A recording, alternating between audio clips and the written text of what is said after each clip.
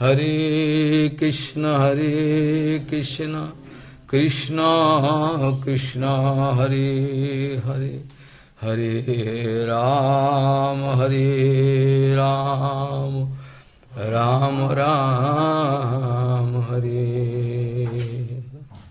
Shantakaram bhujagashayanam paddanabham suresham Lakshmikantam kamalanayanam yogi vidhyanagamam Bande Vishnu bhavavayaharanam sarvalokaikanatham Sampradaya vihina je mantraha te nisphala mataha. Sampradaya vihina je mantraha te nisphala mataha. Gauriya Goshtipati, Srila Bhakti Siddhanta Saraswati Goswami Thakur told that the Gauriya Goshtipati, Srila Bhakti Siddhanta Saraswati Babaji, der hat gesagt, dass die wirkliche Identität von dem Sadguru, das ist sein einzigartiges oder exklusives Haribhajan. Das ist die Identität von einem Sadguru. Actual Guru, Sadguru. Prabhupada speaking, actually all his unique bhajan. So das, was ein Sadguru auszeichnet, ist sein einzigartiges, exklusives Bhajan, in dem er 24 Stunden absorbiert ist. His exclusive bhajan is his identity. Follow. Also all the time, 24 hours, he is always busy in Krishna. Die ganze Zeit beschäftigt in Krishna Bhajan. Das ist die Identität von einem Sadguru. There are 4 authentic sampradayas approved by Supreme Lord. Not only approved, he already sent some messenger. I already told yesterday about that. That by the desire of Supreme Lord, so, bei dem Willen vom höchsten Herrn gibt es da in der Welt 4 authentische Schülernachfolgen, die was der höchste Herr gut heißt. Und es ist ganz wichtig, weil ohne eine Verbindung mit einer von den 4 Schülernachfolgen, nachher hat man keine Verbindung zum Höchsten. So, es muss die Beziehung da sein. Ansonsten kann man vielleicht Bhajan machen, aber dass man wirklich Erfolg haben wird, das ist nicht sicher.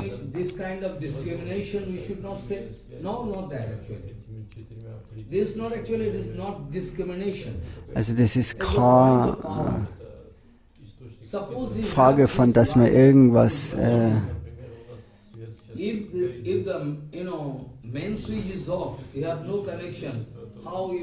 das ist nicht, dass man diskriminiert zwischen dem oder dem, sondern der Hauptschalter ergibt das Beispiel, wenn der abgeschalten ist, dann kannst du keinen Strom kriegen. So, du musst eben Kontakt haben oder Verbindung mit der Hauptstation von der Energie, vom Energiekraftwerk. Also du musst verbunden sein. Und das ist die Verbindung durch die Schülernachfolgen. Also du kannst Harikatha hören und du fühlst, dass Harikatha nicht eine normale Harikatha ist. Man kann fühlen, dass eben eine Verbindung da ist. Wenn der Sadhu dann spricht, dann ist er wirklich mit der transzendentalen Energiequelle verbunden und nachher fließt es einfach, was er spricht. Und die Energie kann man fühlen.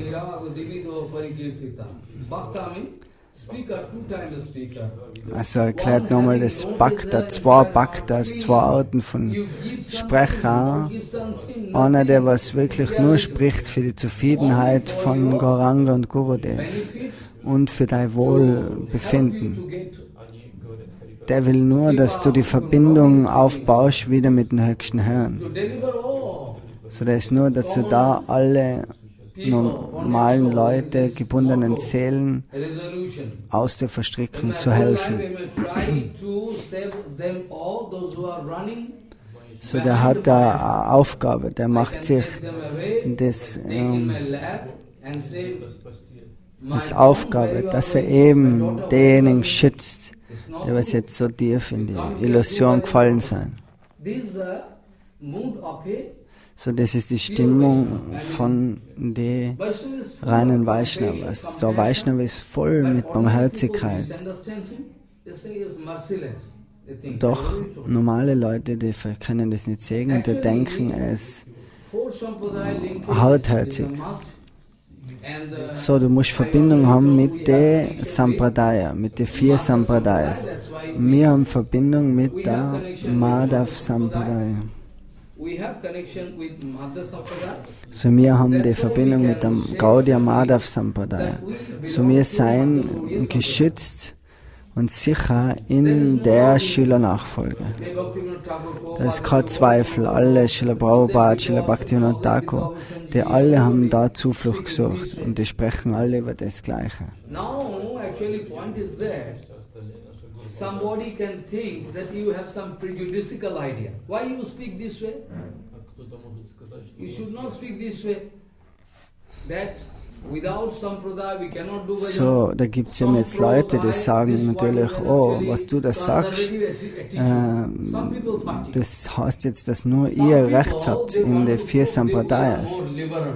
So, die wollen ihm aufzeigen, gewisse Leute, dass sie mehr liberal sind. Mehr großmütig, nicht so engstirnig wie eben die, dass die was nur sagen, es sind nur eben die 4 Schülernachfolgen. Aber diejenigen, was so sprechen, das sind wirklich Leute, die was die schlussendlich Abzocker, Betrüger sind. Die sagen, dass sie neutral seien, aber im Endeffekt sind sie nicht neutral, sondern sie wollen, dass ihnen dann wer folgt. So, das ist das Versteckte, was die im Herzen tragen. So, Sampradaya, das Wort, wenn du das aufteilst, bei der Sanskrit-Grammatik, dann hocht sich das an. Samprodaka.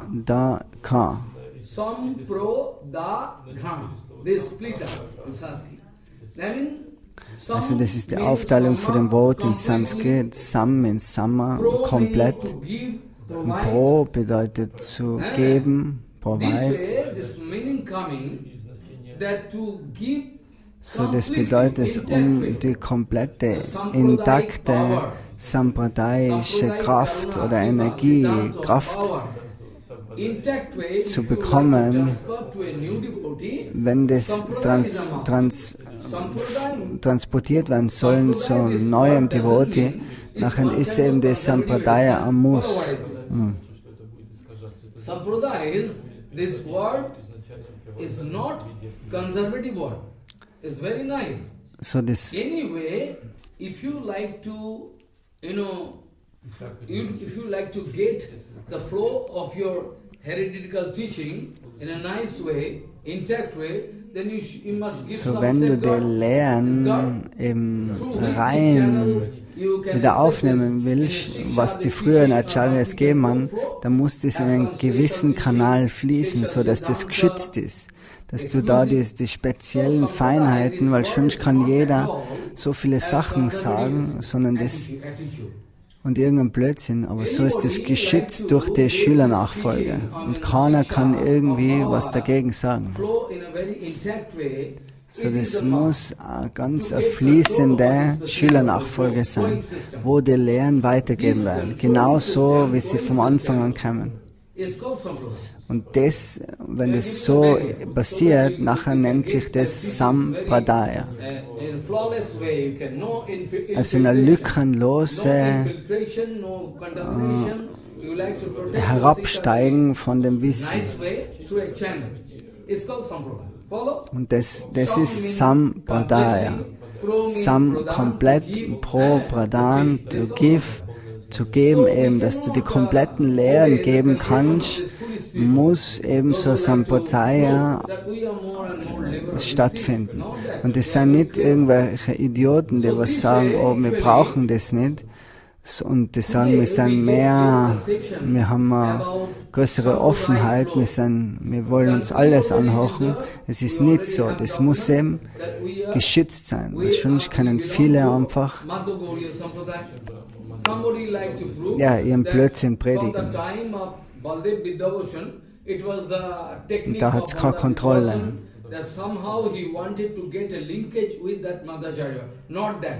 Bhaktivinoda Thakur Prabhupada, oh, everybody speaking, not that actually.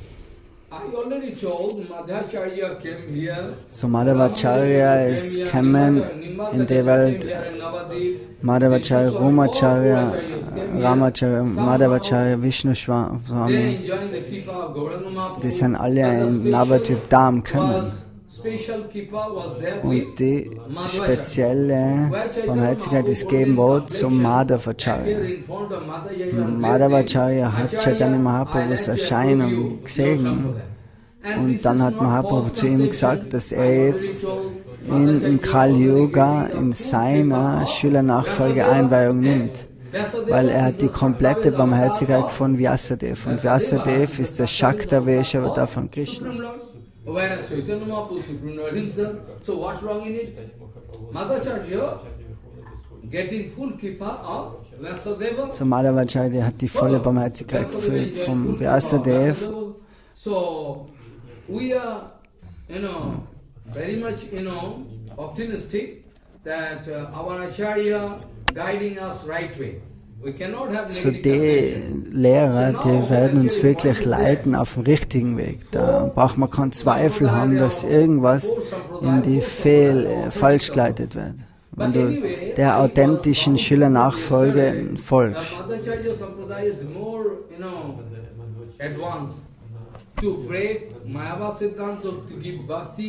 At the same time, how Chaitanya Mahaprabhu wanted to accept Madhya Sampradaya. First point, he accepted Madhacharya in So Chaitanya Mahaprabhu akzeptiert die Madhya Sampradaya in der Form von Guru, Vyasadeva. Und der andere vitale Punkt ist, dass in der Madhya Sampradaya die glauben 100% in das Krishna-Lila. Madhavacharya hat ein gewisses Limit gehabt, aber von seinem Schreiben her ist er ganz, ganz interessiert im Madhurya Bhajan. Aber es kann ihm sein, dass das die Unterweisung war vom höchsten Herrn, dass er so weit jetzt gehen hat können, wie er gegangen ist und nicht weiter. Er hat nur über das predigt. Why Ramanuja Acharya going to speak this way? Why Madhacharya speaking this way? You can speak. But actually the point is that you should take this Siddhanta this way. So, wir müssen das so auffassen, dass vielleicht verschiedene Acharyas, sie sprechen verschiedene Siddhanta, aber der höchste Herr gibt jedem eine gewisse Unterweisung, was er eben jetzt predigen kann, zu was für einem Zeitpunkt, zu was für einem Ort. Shankaracharya hat auch Unterweisung gekriegt, dass er eben jetzt die Mayavad-Philosophie verbreitet in der materiellen Welt. So, Shankaracharya war überhaupt nicht zufrieden mit dem. Oh, er kriegt so einen Seva, dass er gegen den höchsten Herrn geht. Aber es war sein Dienst und so hat er es ausgeführt.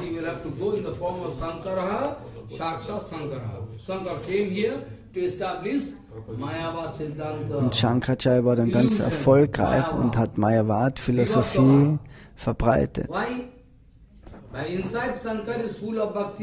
Shankaracharya ist innen im Herzen voll mit Krishna Bhakti. Vaishnava Yatas Shambhu. Shavam Yatam Swambhu. So, das ist im Srimad Bhagavatam der Vers. Er ist der höchste, größte Vaishnava, aber verbreitet jetzt die Mayavad-Philosophie. So, wir haben jetzt das Recht, das Siddhanta zu brechen. Und das machen wir.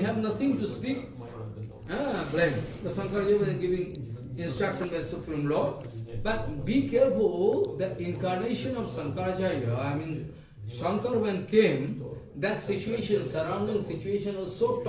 Also Shankaracharya, zu der Zeit war die ganze Umgebung so toxisch, giftig, ganz verbreitet mit der Mayavad-Philosophie.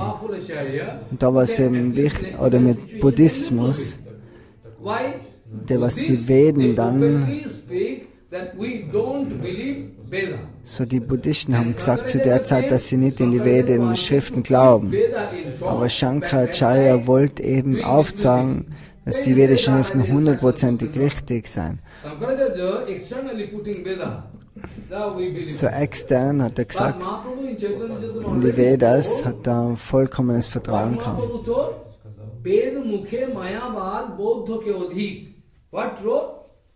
What is written in Chaitanya Charitamrita? Ved mukhe mayavad bodho ke odhik. It is more dangerous than open Buddhist, open Buddhavad. Open Buddhavad is like we don't Also die Mayavad-Philosophie ist openly showing that we believe Buddha. gefährlicher wie Buddhismus da. Believe Buddha. Mahaprabhu sagt es, weil wenn du jetzt nicht mehr in die Veden glaubst, dann ist das ein großes Problem. So zu der Zeit war das 100% nötig,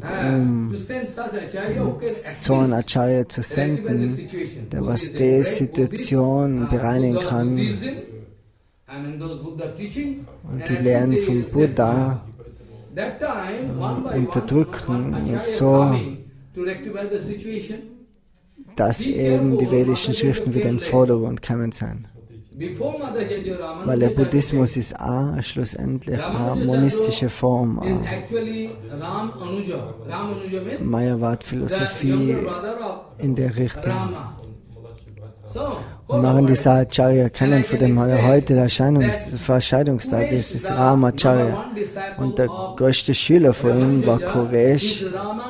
Das ist der Teil von Ram. So many conceptions there, but first of all, I like to speak something about, Ramanuja Acharya. So heute werden wir eben über den Acharya sprechen, Ramanuja Acharya, der was in Südindien erschienen ist. So alle 4 Acharyas, die sind alle nach Südindien gekommen. All 4 important acharyas, they all took birth in South India. So alle 4 haben Geburt genommen in Südindien. So now Madhvacharya took birth, I already told. Now I am going to speak about Ramanuja Acharya. Ramanuja Acharya, so Ramanuja Acharya, near Kanjivaram. Der ist näher Kanchipuram, ist er aufgewachsen. Dort ist er Ode Buddhapuram. Und heutzutage sagen wir Madras dazu. Near the place of Trivandam, it is actually, pronunciation is not Trivandam. We speak wrong way. Actually, Sanskrit pronunciation is Trivandam. Trivandam. We speak Trivandam. So statt Trivandrum sagt man eigentlich Trivandam in Sanskrit wirklich. In der Nähe von Madurai, von Madras, dort ist Mahabhutapuri, der Ort.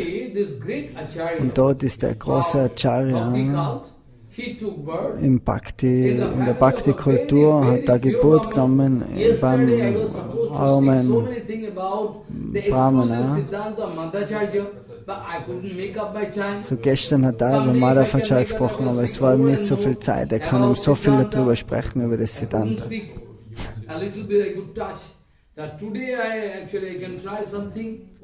So, das möchte ich heute ein bisschen aufholen.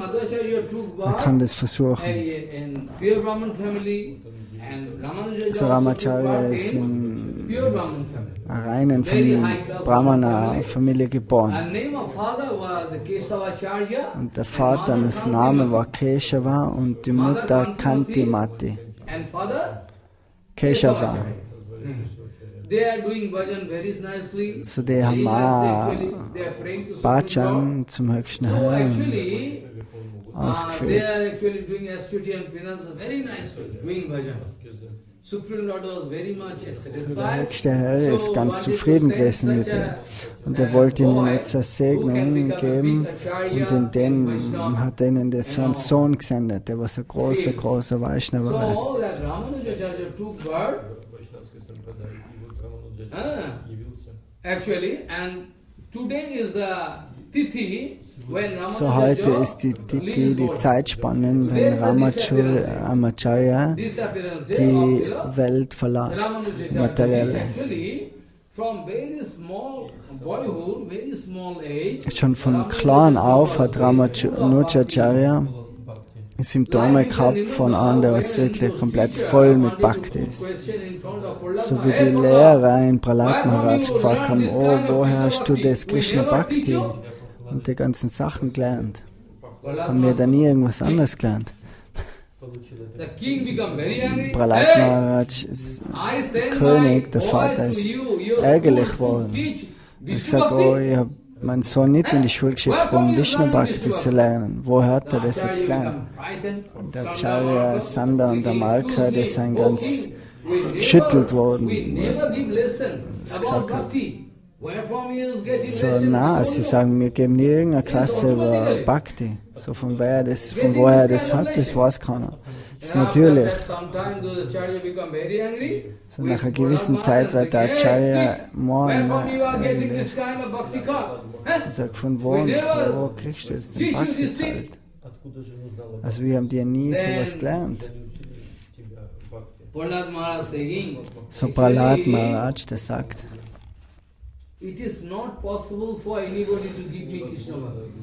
also es ist nicht möglich, dass man irgendwer Krishna Bhakti geben kann, nur Guru und Vaishnava.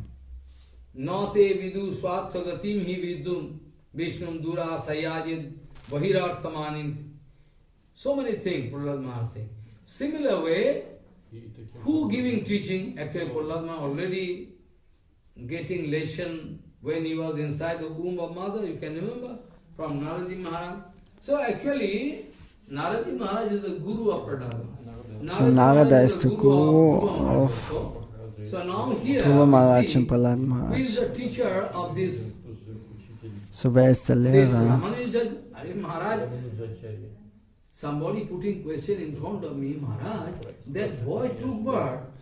So jemand stellt die Frage, der Junge hat Geburt genommen, aber er zeigt schon ganz hohe Symptome von Bhakti. So von woher kommt es? Und dann sagt er, dass Bhakti eben, das ist nichts, irgendwas Materielles. Vielleicht der Bur, der hat schon Bhakti im früheren Leben gekriegt.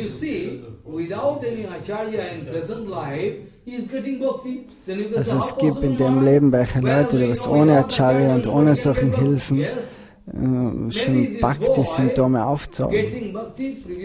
Aber das muss dann so sein, dass der Junge in seinem letzten Leben auf jeden Fall Bhakti ausgeführt haben muss.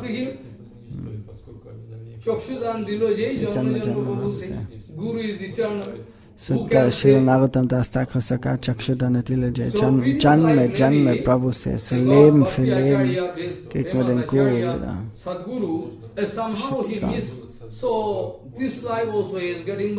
So, aber er hat das irgendwie vermisst.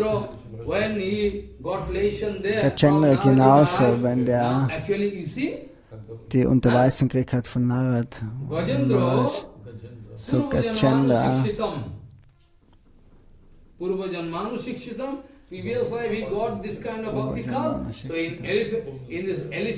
So, der Elefant Gajendra hat auch schon im letzten Leben Bhakti, Sukriti, Bhakti Guthaben gehabt oder praktiziert. So, deswegen hat er dann als Elefant so beten können. Zu sprechen.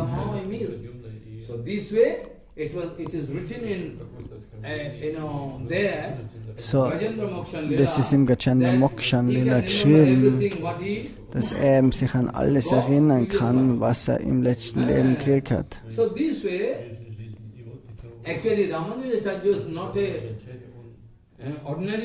So Ramanuja Acharya ist keine normale Person, er ist Ramanuja, also der jüngere Sohn von Ram, Lakshman. Also wenn das Kind dann schon Symptome von Bhakti aufzeigt in der Kindheit, und was ist das so speziell dann? Ist normal. So wenn er Bur war, nachher hat er täglich one devotee, Kanchipurna, daily going to their, to worship, Bharadraj, what? I forget. There. To worship, every day going. So one day, Ramanuja Acharya, look at him, you could realize he is a great devotee. So one day, every day, gesehen, dass der immer jeden Tag gegangen ist und gebetet hat. Und er hat dann gefragt, ob du mal Prasadam in unserem Haus nehmen kannst. Ohne der Erlaubnis von Vater und Mutter ist dann der kleine Bur, Ramanuja Acharya, der hat Kanchipurna eingeladen gehabt in seinem Haus.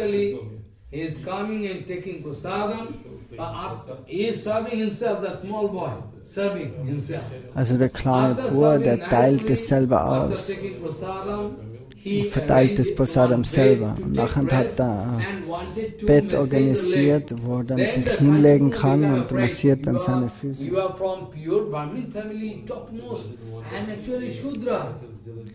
Also du bist von der Brahmana-Familie, aber ich bin ein Shudra, sagt Kanchipurna. So wie kann ich Massage von dir annehmen? Und Ramanuja Acharya weint dann. Oh, und er sagt, ein Vaishnava ist niemals Shudra. Und genau das ist die Lehre von Haridas Thakur. Er ist ein Moslem, aber er ist topmost der höchste Acharya, Namacharya.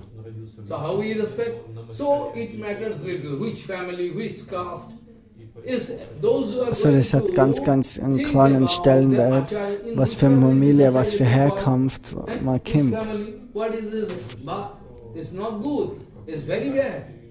So Kanchipurna, full of devotion, bhakti. So Ramanuja first and from very boyhood wanted to establish Vaishnava Siddhanta. So der wollte ganz von klein auf das Vaishnava Siddhanta schon aufzeigen. Actually, Vaishnava, this designation is more than Brahman. So Vaishnava ist viel höher als wie Brahman, der Lebensstand von Brahman.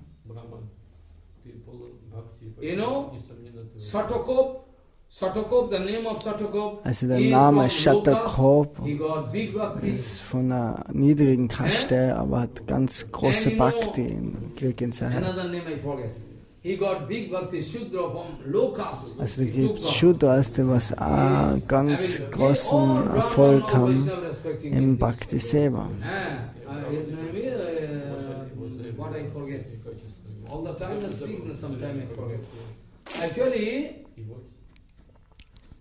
His name is actually,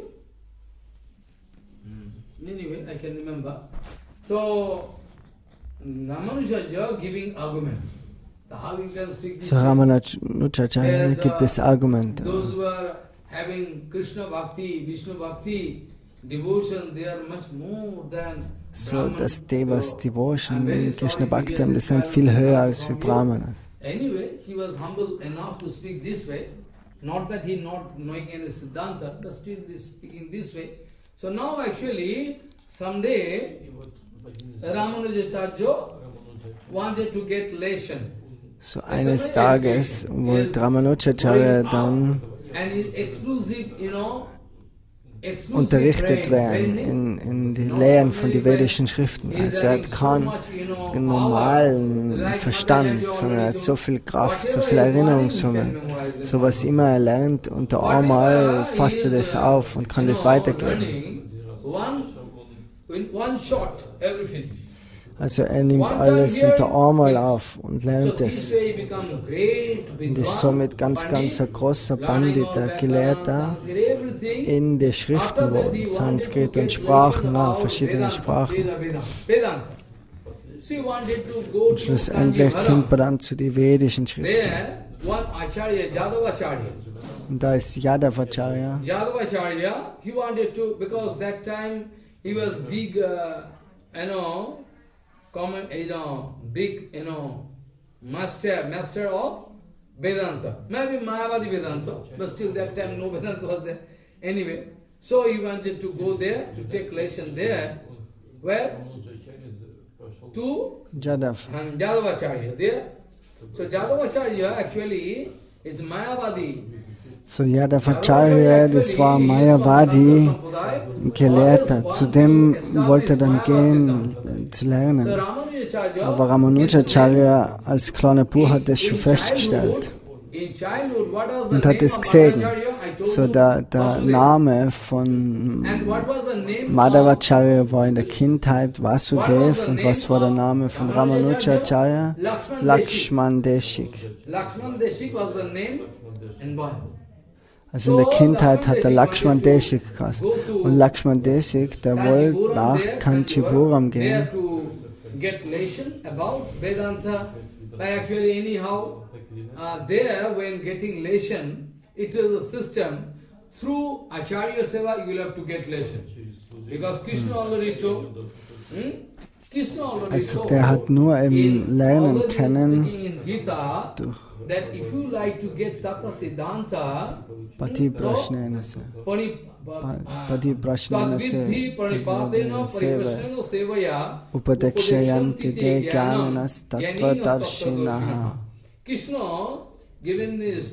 Also Krishna gibt die Unterweisung zum Arjuna, dass du Tatvidi Pranipatena Prashnena, du kannst nur das Tattva Siddhanta kriegen, wenn du auch, also mit Realisationen, du musst am Acharya gleichzeitig dienen, es muss Hand in Hand gehen.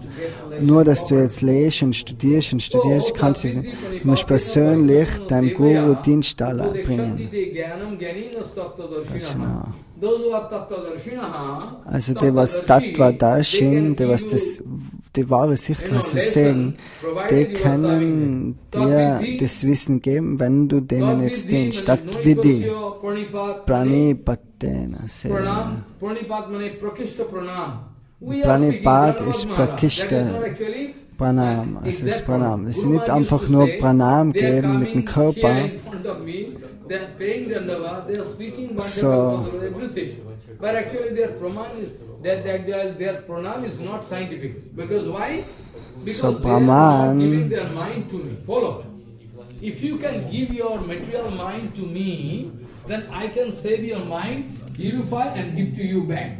And you can do Krishna Bhajan. But anyway, you are going to give this and that, money, this. So, wenn du wirklich beim Pranam, wenn du dich verbeugst vor die Vaishnava, dann sollst du es nicht nur äußerlich machen, sondern wirklich mit deinem ganzen Geist und dein Leben wirklich geben. Nachher ist der Guru oder der Vaishnava zufrieden.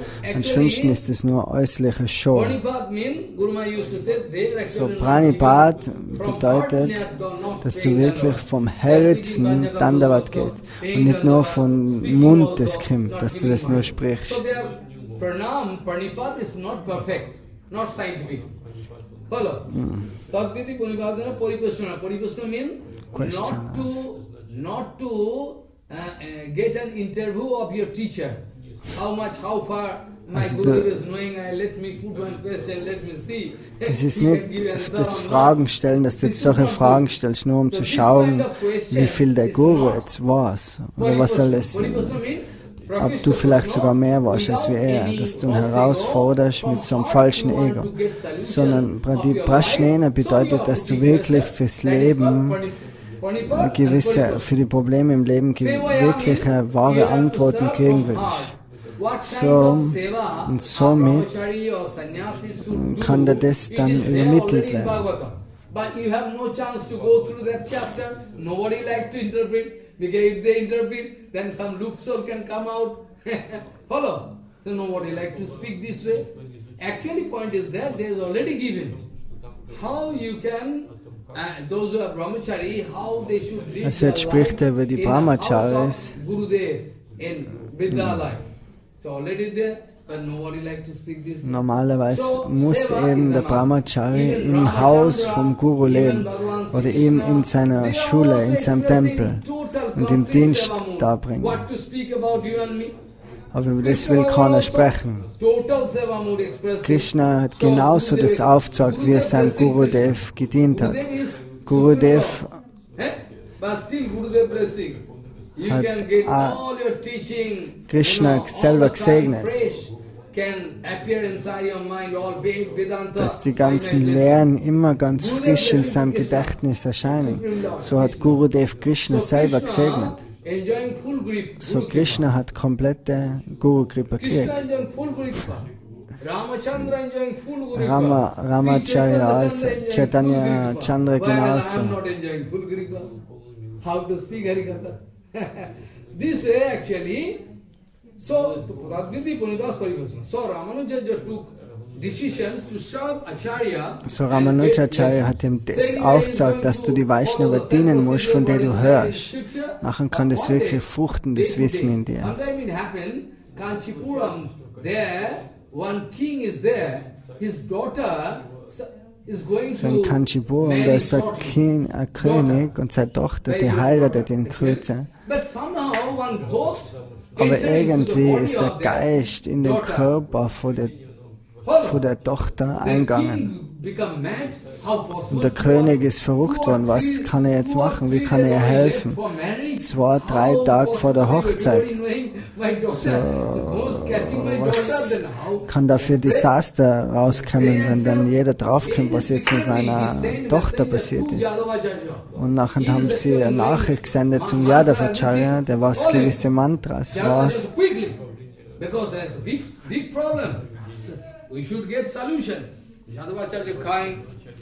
Nachher ist der Acharya gekommen. So, und ganz im Geheimen haben sie dann das Mantra gesagt und den Geist austrieben. Aber der Geist ist nur mehr ärgerlich geworden und hat gesagt, oh, ich werde die töten. Also der Geist sagt, du hast nicht wirklich Kraft, um mich wegzubringen von da. Wenn dein Schüler kann Lakshman Deshik, wenn du das Fußwasser kriegst von ihm nachhand, weil die verschwinden. So,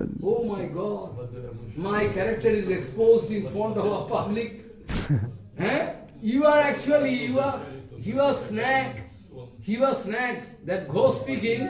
Actually, previous life he was grosse, you know. At the time of flood, you can type one type of snack. That snack is special snack. You know, like crocodile, you know. Crocodile shape. Yes. Takshak also that kind of shape, like crocodile. The Takshak can fly, and it cannot fly. I have seen in the time of 2000 flood, 88 I have seen. In highland. But usually they are not going to cut a bit. Usually no, they are not. If they are heavily disturbed, then they can. Then ghost speaking, he was actually gosa. He was gosa, snack, previous life. So, der sagt dann eben der Geist, dass der Acharya Schlange war. Und er hat aber die Möglichkeit die Überreste von am Vaishnava zu essen.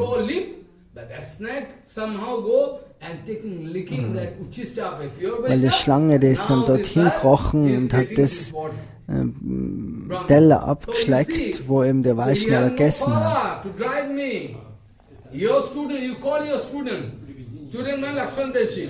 Und somit hat nur das Wasser vom Lakshman Deshi, das kann mich vertreiben, wenn man das gibt.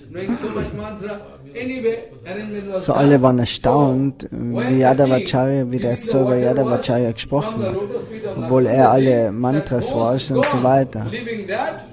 Und nachher ist er zu ihm gegangen, zum Lakshman Desh, und hat das Fußwasser geholt und hat ihm das gegeben, dann ist der Geist verschwunden. From then and there, some envious attitude growing. Follow. Und nachher India's attitude great. ist And one day, I already told Ramanuja you're going to serve Acharya. One day, Acharya almost sleeping, and Ramanuja is going to rub oil, message.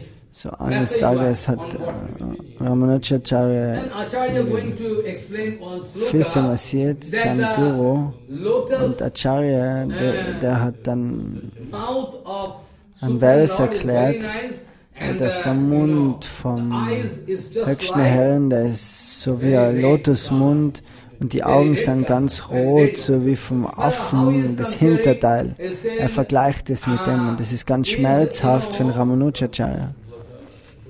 his eyes is as much red as the backside of monkey. You have seen the backside of monkey is red. This way he is going to compare with the lotus, eyes. The Ramanuja just started crying. So he is messaging, and these tears rolling down his cheeks, and hot water just dropped on the back of the Acharya. Acharya saying, how from? Where Und from? so kamen dann die warmen, die heißen Tränen in Ramanuja und die tropfen dann auf den Guru, den was er gerade massiert. Und er hat gesagt, oh, du vergleichst den höchsten Herrn, seine Augen mit dem Hinterteil von einem It Affen. is the definition of Acharya Sankar. You know, if you know, you explain. Very angry, but it is the So, explanation dann wird er by ganz Acharya Sankar. ärgerlich. Er What I sagt can ihm, do? das ist die You are going to Erklärung find vom fault with Shankaracharya. Willst du da einen Fehler drin finden?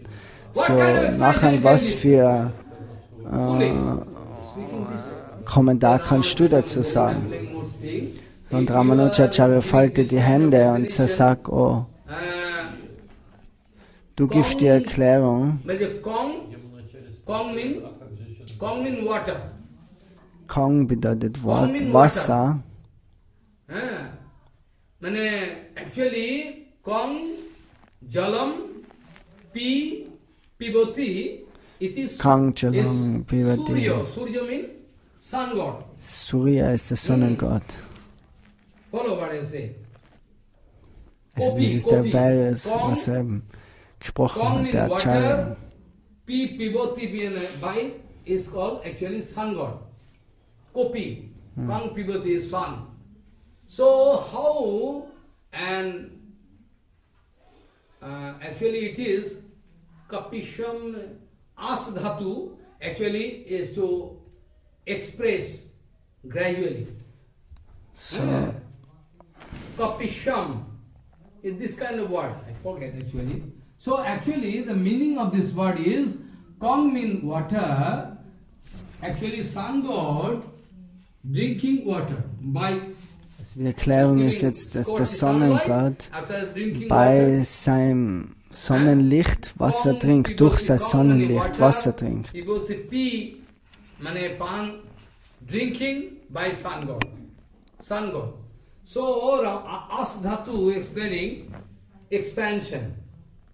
So Ramanuja is going to explain this way this word. So Ramanuja erklärt das Wort so. By the power of sunlight, when Bei der sun Kraft vom rises, Sonnenlicht, wenn then es actually aufsteigt, lotus flower nachher gradually get öffnet die expanded. Lotusblume sich ganz, ganz Get langsam, to genau bosom so. form. Follow. So der this way blüht. Ramanuja is giving nice explanation. So Ramanuja Acharya gibt die Erklärung. Lotus eyes of Supreme So das sind die Lord is just Lotusaugen vom like höchsten Herrn, die sind so wie petals of a lotus flower und die when Blätter get von einer expansion fully Lotusblume, by sunlight.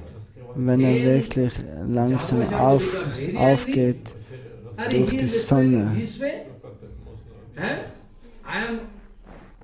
I am defeated by him, my student. Madhava Acharya erklärt es so. Then he is giving argument. Actually, what you are explaining, this is not actually actual Vaksha.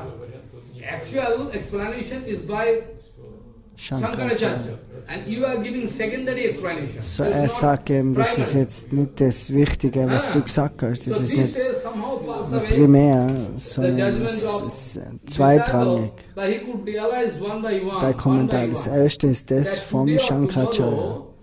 Und so hat dann der Acharya verstanden, dass wo er das gesehen hat, wie gelernt er ist, wie gelehrt, dass er eben jetzt in Kürze oder wenn er älter wird, dass er die Lehren von den Mayavadis ganz, ganz leicht zerstören kann, zerfallen lassen kann. So Shankaracharya ist Keval Advaitavad,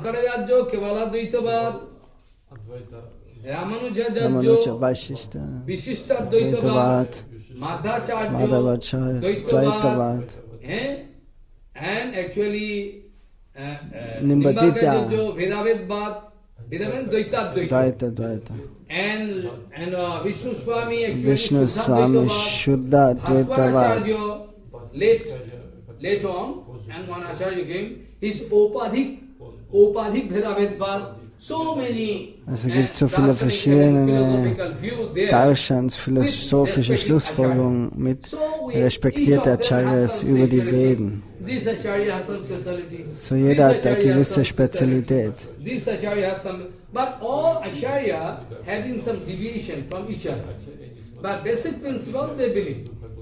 So die Basis ist alles das Gleiche. Aber es sind kleine Unterschiede. Wenn Chaitanya Mahaprabhu, der hat das dann alles in Einklang gebracht.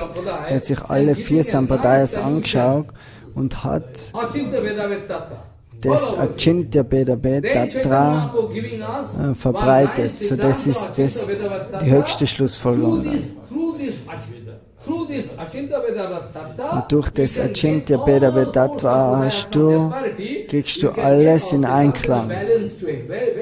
Alles balanciert und harmonisiert und ausgeglichen, wissenschaftlich.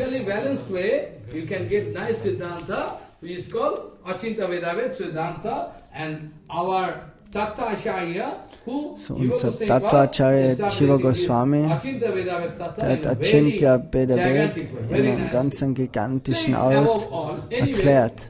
In die Satsantagos.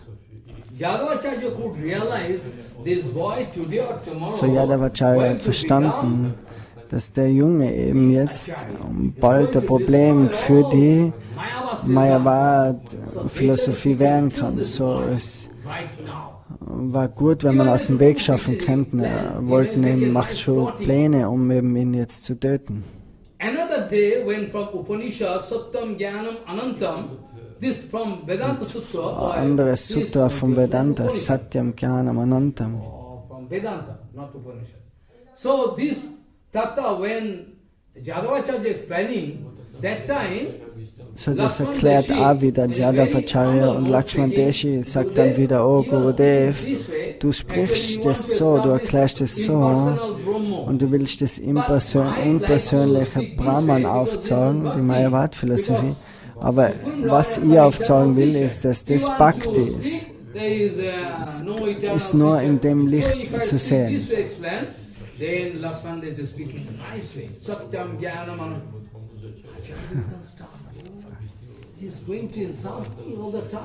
So, das war das zweite Mal und nachher hat er eben ihn immer, ist er neidisch geworden, der Acharya. Und wollte eben einen Plot dann machen gegen ihn, dass sie ihn umbringen. So, Lakshman Deshi hat er gesagt, Ihnen heute, ich will ein Bad nehmen in Allahabad. So, lass uns zusammen dorthin gehen.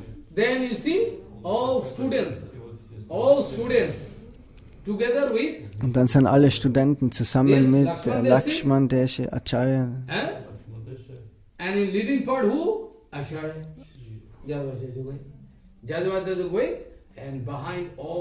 Und hinten sind alle Studenten, die haben ihm gefolgt.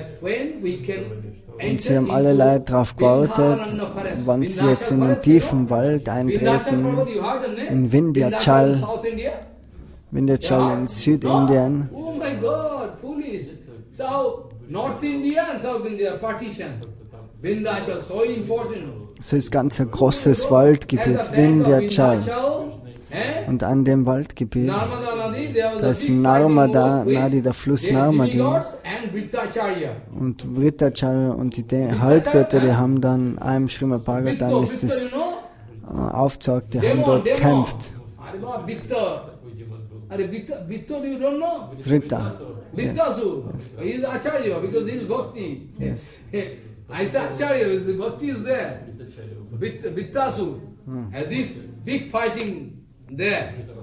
Actually, no. Actually, as per the previous plan, they are going to kill Lakshman Desik somehow. Acharya is just a little bit separate, is going advance, and backside all student coming. They want to throw Lakshman Desik into deep forest. So sie wollen den Lakshman Desik in den tiefen Wald hinterlassen und so greifen dann die wilden Tiere ihn an, Tiger, Löwen und alles. So, und den kann man runterschupfen von einem Berg oder von einem Hügel, dann bricht er sich was, dann kann er nicht mehr weitergehen und dann wird er aufgefressen von den wilden Tieren da. So, das ist der Plan, den was sie haben dort. Sister of mother, cousin, sister of mother, kiss song. Aber einer, der fragt jetzt den Plan, das ist der Govinda, und er sagt ihm im Geheimen, hau ab, du musst abhauen. Die haben sich so einen Plan ausgeheckt. Und nachher rennt er ganz wie ein Verrückter. Und Jadavamaj schaut dann, oh, wo ist jetzt der Lakshman Desi? Fragt ihn der Acharya Dev. Ich habe mir gedacht, dass der jetzt vorher kommt. Vielleicht ist er hinten, er weiß es nicht. Acharya hat sich dann gedacht, oh, der stirbt jetzt. Der ist jetzt im Wald irgendwo und die wilden Tiere fressen. Und jetzt ist er ruhig und dachte sich, oh, jetzt kann keiner meine Philosophie beseitigen. Aber Lakshman, der rennt und verschwindet. Nach einer gewissen Zeit ist er müde geworden, als er so ein tiefer Wald ist.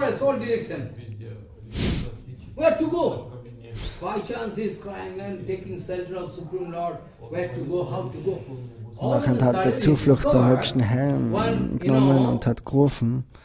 Und nachher auf einmal sind so Jäger kommen, ein Jäger mit seiner Frau.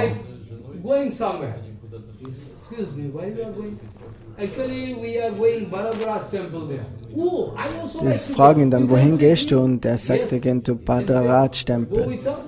Okay, geh mit uns mit. Nachher nehmen sie ihn mit. Und in der Nacht nehmen sie rasch unter einem Bammenbaum, einen großen. Und die Frau von dem Jäger ist ganz, ganz durstig geworden mitten in der Nacht.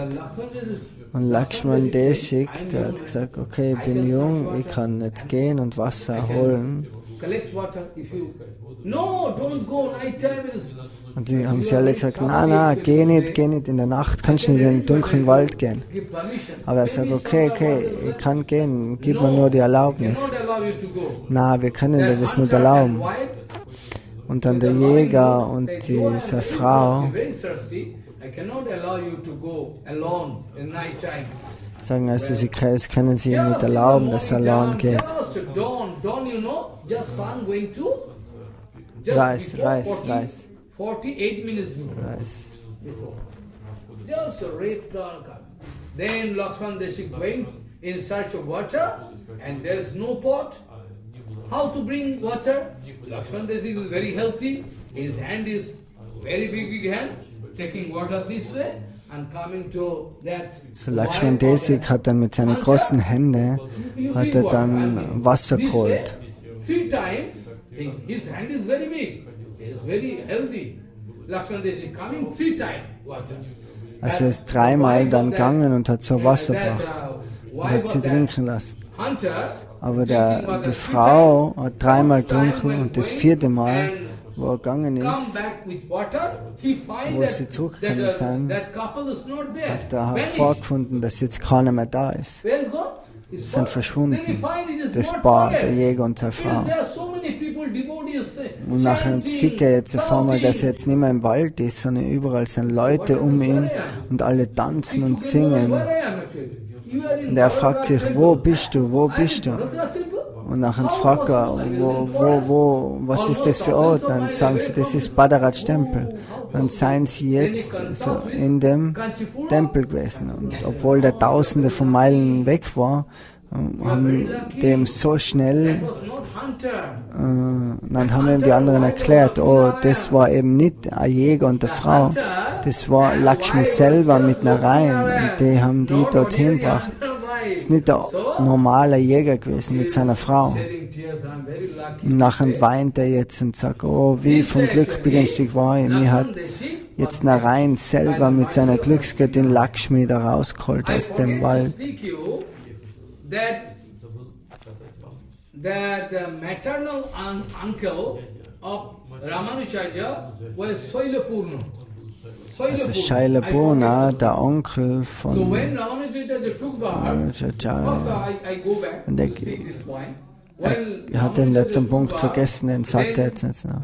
This Acharya came in the house of Kantimati. Actually Kantimati is elder sister of Soilapurna. Soilapurna is a maternal uncle. Shailapurna ist der Onkel, der Vater, oder die Mutter von Ramanuja Acharya. Sein junger Bruder ist Shailapurna. So Shailapurna ist der Schüler von Yamuna Acharya.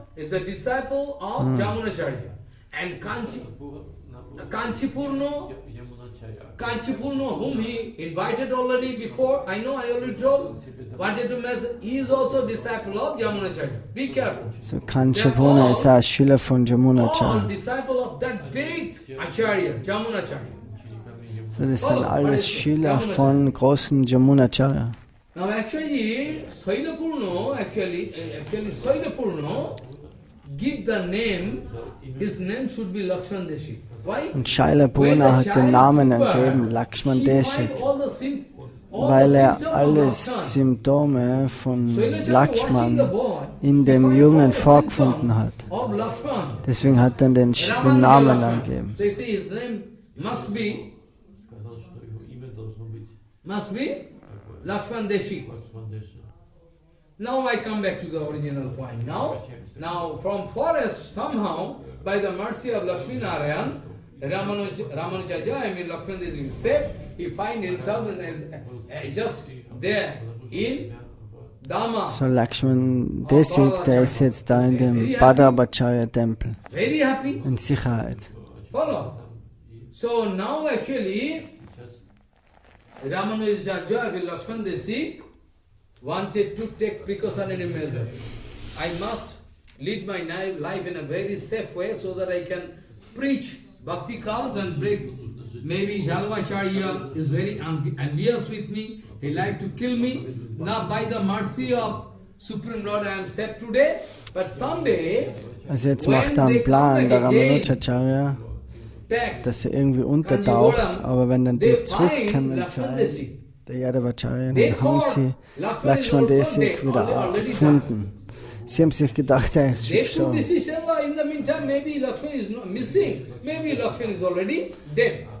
Die haben fest schon angenommen, dass er gestorben ist, der Ramanuja Acharya. Aber nachher haben sie ihn da wieder gesehen und haben sie Angst gekriegt.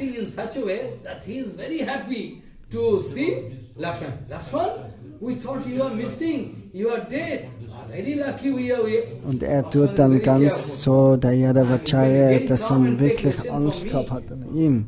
Also falsch verhaltet er sich. Und sagt, okay, was hast du gemacht? Wo bist du gewesen? Wir haben dich gesucht. Und nachher kommt er wieder zu ihm. Und nachher nimmt man wieder auf und Lakshman Deshi geht wieder zu ihm.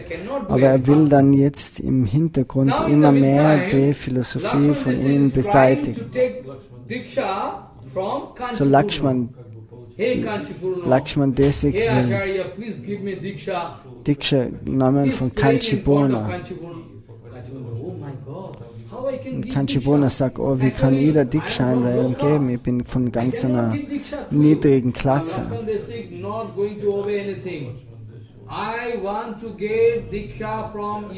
Aber Lakshman Desik lacht sich nichts sagen, ich will nur Einweihen von dir nehmen, nur von dir, nur von dir. To cheat Ramanuja Acharya in a very tricky way. In the meantime, I forget to speak you, by the order of father and mother, this Lakshman Desik was bound to accept wife. Also durch die, and the wife is very dangerous. durch das, dass sein Vater und seine Mutter gewollt, dass er heiratet, hat er dann den Lebensstand von Grahasta annehmen müssen. My husband is, big Acharya, this way all the time. But Ramanuja is very humble. Ramanuja, I forget to tell you yesterday that Madhvacharya also wanted to prove. So Madhvacharya wollte da aufzeigen, obwohl ich von einer reinen Brahmana-Familie gekommen bin, will ich Pancharatrik wie die folgen. Also über das kann er anderes Mal sprechen. But know it for sure, Pancharatrik Vidan is topmost Vidam in Kalika. In all scripture you can find that Pancharatrik Vidan is scientific Vidan, scientific procedure. All other procedure is not scientific. What is Pancharatrik Vidan? In Pancharatrik Vidan, if you approach a Sadguru mind, what I mean to say, follow my point, very scientific. If you want to approach a Sadguru zum Sadguru gehst, in a Pancharatik Vidan way. Why? As for Pancharatik Vidan, dann akzeptiert der Lehrer in einem Pancharatik Vidan. So diejenigen, die was Qualität haben und Kraft, die können Pancharatik folgen oder nicht. Aber Madhvacharya wollte das aufzeigen, dass das ganz wichtig ist und Ramanuja Acharya genauso. So was ist Pancharatik Vidan? So Pancharatik Vidan bedeutet, diejenigen, die was wirklich so hingeben sein, oh, schütz mich. Upanayati Upinayan, Shishya. Upanayan bedeutet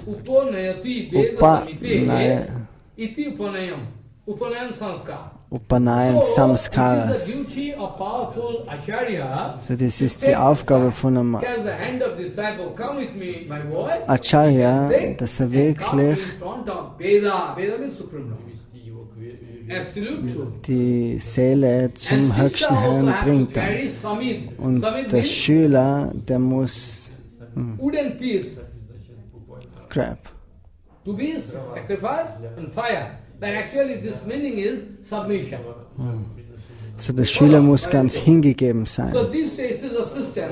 Das ist das Holz, das was für das Feuer verwendet. So Pancharatik Vidan, das bedeutet auch, wenn du eine halbe Qualität hast, 50% oder 80%. So Pancharatik Vidan, du musst zuerst die Barmherzigkeit vom Acharya kriegen und nachher folgst ihm die Lehren und dann heute oder morgen steigst du durch das Pancharatik Vidan auf einen höheren Level. This is called Pancharatik Vidan. You have no quality.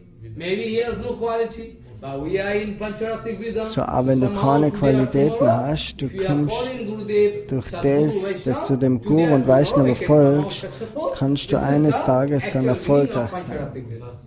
Pancharatik Vidan Sanskar Reformation. So Madhvacharya always wanted to follow this Pancharatik Vidan. Someday I can speak in front of you. Ramanuja Acharya is from high So Ramanuja Acharya wollte dem immer folgen. Ramanuja Acharya wollte Pancharatik folgen. Das ist geprüft von allen authentischen Schriften. So in der Zwischenzeit, wo Ramanuja Acharya gebunden gewesen ist zu heiraten, okay, er hat geheiratet, so die Frau ist So when Kanchipurna see that wife is very dangerous, actually, he never believed Guru Vaishnava. Also die Frau hat nie wirklich Guru und Vaishnavas geglaubt.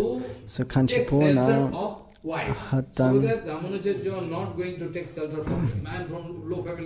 it is not one kind of, conspiracy. It's out of his humble mood. I am very low family. If I am going to dig Dikha to Ramanuja, it's not good. So better I speak this matter to wife. Wife can speak with husband, and they can drop this matter. Follow what I say. It's one out of humble mood. It's not conspiracy. It's not conspiracy. Out of humble mood. How I can give Diksha to? So war ganz demütig und hat sich gedacht, wie kann er Lakshman Desik Diksha geben? Und Lakshman Desik, der weint aber vom Kanchipurna. So, wenn du mir jetzt nicht Diksha gibst, wer wird mir dann Diksha geben? Wo soll ich dann Diksha nehmen? Und Kanchipuran, der sagt dann, okay, ich nehme die Erlaubnis vom Bharadraj und nachher vom höchsten Herrn und nachher sage er das. Und eines Tages hat er dann Anweisung gekriegt vom Bharadraj, das sei Gurudev Mahapurna ist. Nachher spricht da zu ihm und sagt, das ist Mahapurna, das ist dein Gurudev. Das ist die Anweisung vom Höchsten. So, dann möchte ich jetzt sofort den Mahapurna treffen, den möchte ich kennenlernen. Und in der Zwischenzeit, so Mahapurna ist auch der Schüler von Ballavraja. Jamunacharya. Also das ist auch ein Schüler von Jamunacharya. Shailapurna, Kanchipurna, also das sind alles Schüler von Jamunacharya. This way he took Pancharatik, Diksha, everything, Sanskar, everything. After that, one day in the temple of Bharadraj, so eines Tages im Tempel von Balabraj ist Jamunacharya, der war interessiert, Lakshman Desik zu sehen. Und dann Name und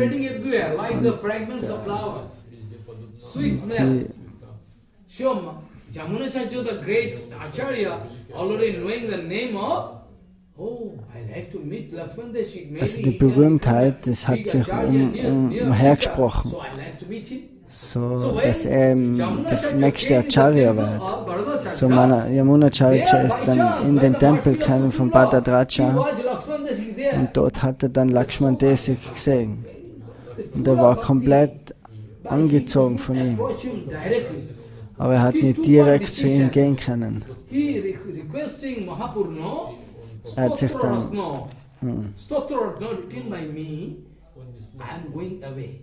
it is your duty to recite this Stotraratna in front of Supreme Lord. By chance, Ramanuja Acharya, Lakshman is coming, he had the chance to hear this Stotraratna, surely he is going to be attracted. It's a plan. Sie machen dann so einen Plan, dass er ein gewisses Gebet vortragt und dass er dann von dem Gebet angezogen wird. So in der Zwischenzeit ist das die Organisierung vom höchsten Herrn. Er rezitiert es dann, ganz schöne Gebete, in einem schönen Ton, einem schönen Klang. Lakshman Desik, der kommt in den Tempel dann und hört es. Und von woher kommt es? Von woher kommt es? He was stunned to hear this kind of sweet mellow. After the Stotratna is over, he approaching, please, please speak me. It is written by whom? So sag mal bitte, bei wem ist das jetzt geschrieben? Von wem ist es geschrieben? Und dann sagt er, das ist von Yamunacharya geschrieben. Und sagt, okay, den macht ihr jetzt heute treffen, kennenlernen. Lakshman Desik nimmt er dann mit. Very sweet mood. In the meantime, midway, took information, the Acharya already gone away from this world. Und nachher hat er aber erfahren, dass der Acharya, der Munacharya, schon die Welt verlassen hat. Und dann hat sie alle zusammengebrochen und haben geweint. Oh, jetzt ist wirklich der Acharya hat die Welt verlassen. Mahapurna und Lakshman Desik, die beide weinen, jetzt weinen und laufen, um jetzt Yamuna Acharya zu treffen. Weil es die Anweisung war von Yamuna Acharya, dass nach meinem Tod Frau Mayavadi und Smarta Brahman kann meinen Körper berühren.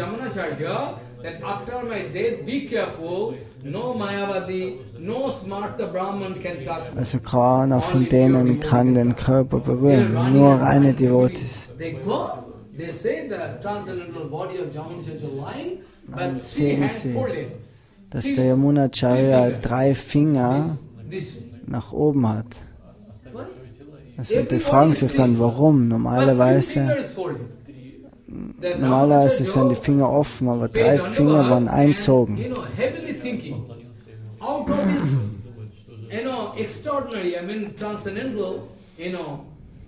Power. He could realize it must be so that 3 important desires of this Acharya so er hat das so eben sich dann gedacht, was bedeutet das, die 3 Finger, die was jetzt geschlossen sein. So er muss eben eine gewisse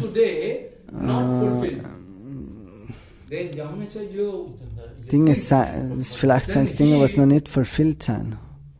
Und nachher sagt er, eben steht er vor dem Yamuna Acharya und fragt dann. So er fragt die ältesten Senior Devotees, ob sie vielleicht wissen, aber die wissen auch nicht Bescheid. Habt ihr irgendwo Informationen? Nein, wir haben nicht wirklich Informationen über das. Acharya wanted to guide all this common society in a very Vedic way, very scientific way, through Pancharatric Vedanta. Well, I touching this body, transcendental body, I speak, I have commitment, I speak, I promise that I am going to fulfill this desire. So, dann sagt eben einer von den ältesten Schülern, dass er überall das vedische System verbreiten will. Und nachher macht der Ramanuja Acharya, der sagt dann, berührt den Körper von Yamuna Acharya und sagt, eben, er wird jetzt überall das vedische Wissen verbreiten. Und nachher geht ein Finger auf. Und das nächste ist dann, dass er eben einen Kommentar schreiben wollte und Govinda Bhashya über Vedanta. So, bei der Barmherzigkeit von dem Muni hat sich dann wieder der nächste Finger geöffnet. Writing nice, history. I mean, it's one kind of Puran, in which so Parashar Muni, der da Schrift, der die höchste Persönlichkeit aufzeigen will. Das ist ganz schwer zu verstehen. So Yamuna Acharya wanted to give some indication through one index, dictionary. So Yamuna Acharya give another commitment. I promise I want to follow this Puran written by Parashar Muni. I can compile one dictionary. And in that Vaishnava is our Vaishnava Vedanta, our Gauriya Vaishnava Vedanta. You are Gauriya Vaishnava Vedanta. I am going to publish one dictionary. So, das ist ein Lexikon, was er dann veröffentlicht von den Vaishnavas. Und nachher sagt er das und der nächste Finger geht auf. So, er versucht jetzt, das alles zu erfüllen. Und so hat er Diksha genommen, Einweihung. Und dann wollte er auch noch Sannyasa, Einweihungen.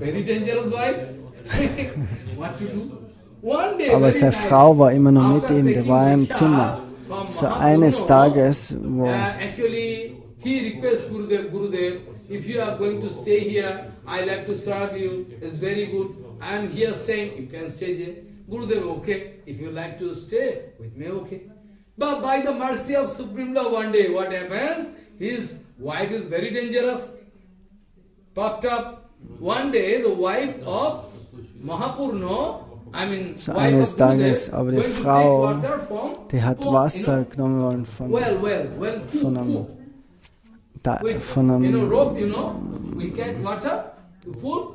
von einem Brunnen. Und die Frau vom Ramanuja Acharya ist auch gegangen und hat dort Wasser geholt. Also so ein, yes. So einen tiefen Brunnen, und haben sie dann aufgeholt mit dem Kübel das Wasser und drauf. So, von dem Acharya ist dann ein Tropfen Wasser in den Topf von Ramanuja Acharya gekommen. So, du bist von der niederen Klasse und dein Wasser kommt in meinem Topf jetzt. Und dann machen sie einen großen Aufstand.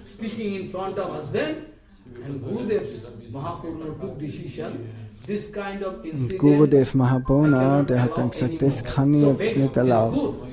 So besser.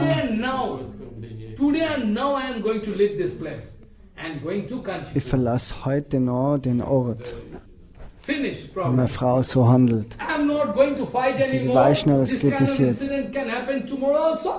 So, das kann ja jeden Tag passieren. My disciple Soilapur, Lakshman Desi, high family, his wife speaking this way. When Ramanuja came back, Lakshman Desi, he said, where Gurudev gone? Wife not speaking anything.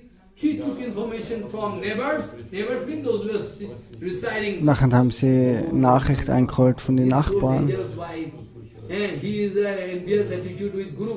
Also sie hat ganz schlechte Einstellung zu Guru und Vaishnava. Die Frau, so diejenigen, die was gegen Guru und Vaishnava sein, dort soll man nicht hingehen. Prasadam zu nehmen, zu hören oder was auch immer, die was jetzt gegen Vaishnava sein.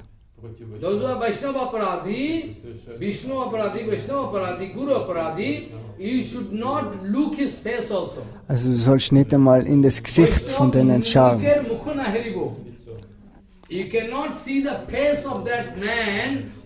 So, du kannst nicht das Gesicht von denjenigen sehen, die was Vaishnavas und Guru kritisieren.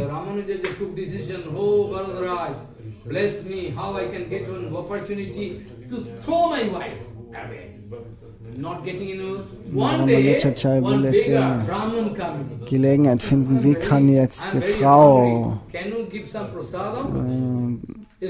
beseitigen.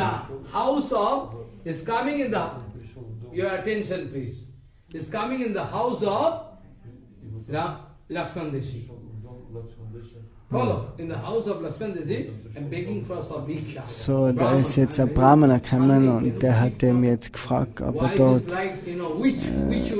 ein bisschen Chapati oder Brot haben kann, aber die Frau hat dann gesagt, nein, ich habe keine Zeit, geh weg, geh weg. Und in der Nähe Lakshmi Desik, der hat gechantet und nachher fragt der Brahmana, und der sagt ihm, was dort passiert ist, und dann hat er gesagt, okay, hoch mir an. Ich habe einen Plan. Ich werde jetzt eine Karte schreiben, dort steht drinnen, dass dein Bruder heiraten wird.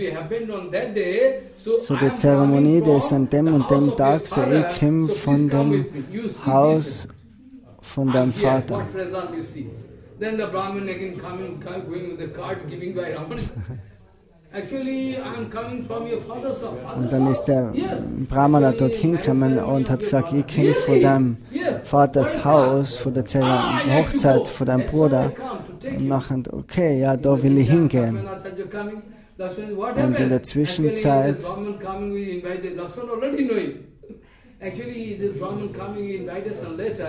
ist dann Lakshmana Acharya zurückgekommen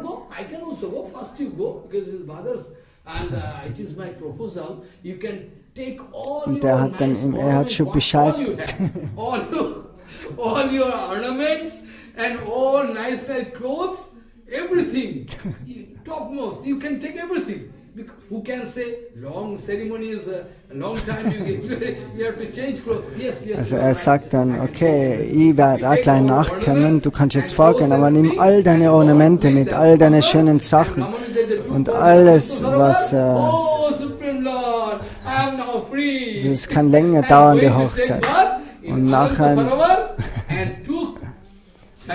ist er jetzt gegangen und hat ein Bad genommen und hat gewusst, von heute an ist er frei. Und ich bin jetzt 100% vor dem Foto von seinem Gurudev für Ramanuja, hat er dann Sannyas angenommen.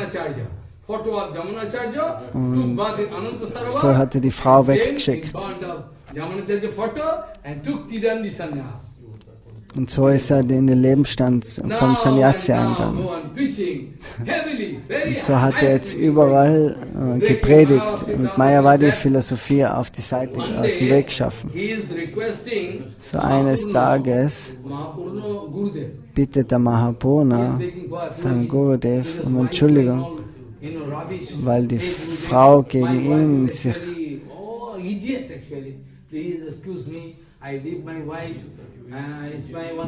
über ihn aufgeregt hat.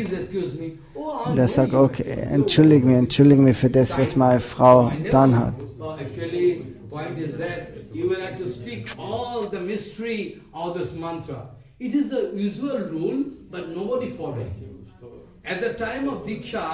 So an dem Tag von Diksha, dort ist es die Regel von das ganze Geheimnis.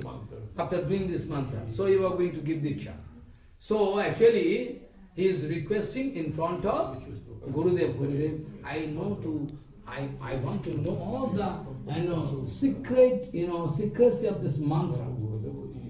Gurudev spoken, well, I am very happy, but you will have to one special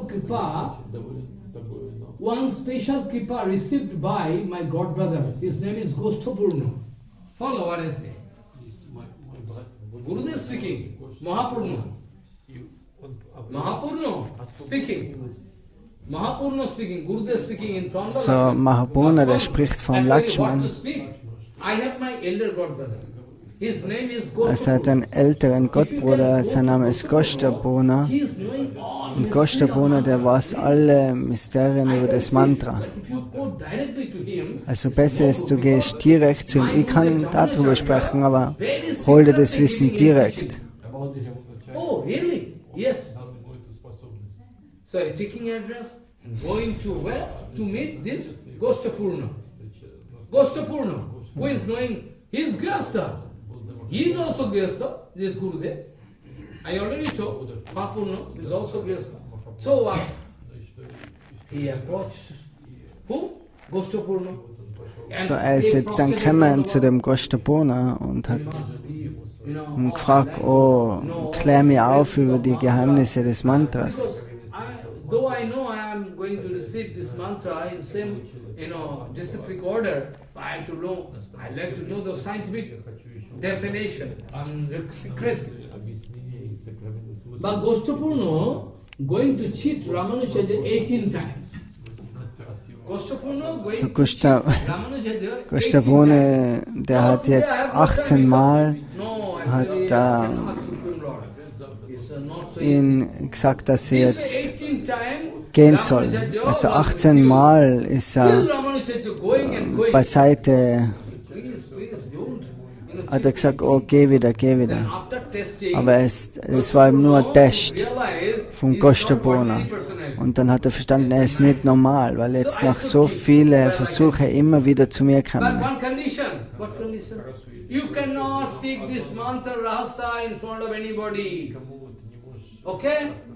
Yes. And come. Very secretly, all speaking about mantra rahasya, secrecy of mantra, everything. Huh? After getting mantra power, Ramanuja going back to Kanchipuram and in front of 78 people in a room, loudly giving this mantra. And Gurudev became very angry. It was conditioned. You are going to hell. I told you not to speak this mantra. Und dann, wo er das Geheimnis gekriegt hat, nachher ist er vor eine ganze Versammlung gegangen und hat das Geheimnis vor der Versammlung aufgesagt. Und der Guru war ganz ärgerlich. Wie kannst du jetzt das lange Geheimnis einfach so geben? vast population by this mantra, I'm very much interested. Aber er hat sich, okay, ich kann vielleicht zur Hölle gehen, weil ich jetzt das gemacht habe und frei gesagt habe, das Mantra, aber vielleicht können die alle befreit werden durch das. Und so hat Goshtaphat herausgefunden, dass er wirklich so ein reines, weiches Herz hat, dass er keine normale Person ist. Er will die ganzen normalen Leute retten durch das Mantra. Das war seine innere Stimmung. Und Goshtaphat war so zufrieden mit ihm und hat ihn zum Acharya erwählt. Because all his activities, Japanese Ramanuja, 3 fingers fold open, everybody could understand the high, power of Ramanuja, Lakshman Desi. Now, not only Goshtaphat is satisfied, Goshtaphat is now going to give his own son as a disciple of Ramanuja. Ramanuja, he give him Diksha.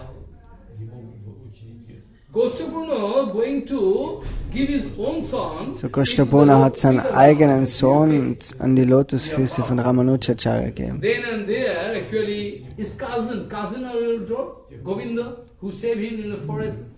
So das ist der Cousin, der Govinda, der was ihm geschützt hat im Wald.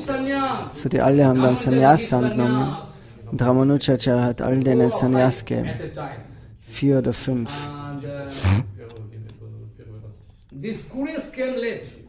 Koresh, der Schüler, der ist später gekommen.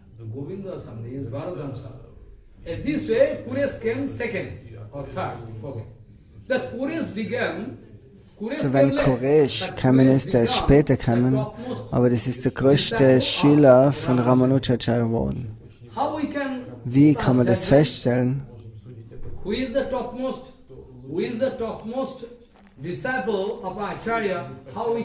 So wie kann man das feststellen, wer der größte Schüler ist von einem Acharya?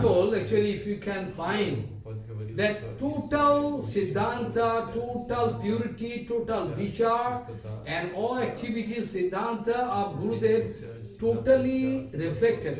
So wenn jetzt alles, das Siddhanta, das Achar und alles reflektiert ist im Schüler, dann ist es der höchste Schüler von dem Acharya. So Koresh, der hat geprüft, dass er der höchste Schüler ist von Ramanuja Acharya. Already give commitment in front of Yamunacharya's transcendental body. Now it is the time to fulfill.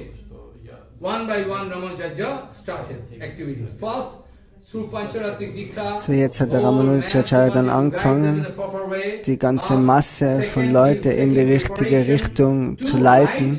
Und zweitens hat er das Aufgabe auf sich genommen, das Shribhasya zu schreiben.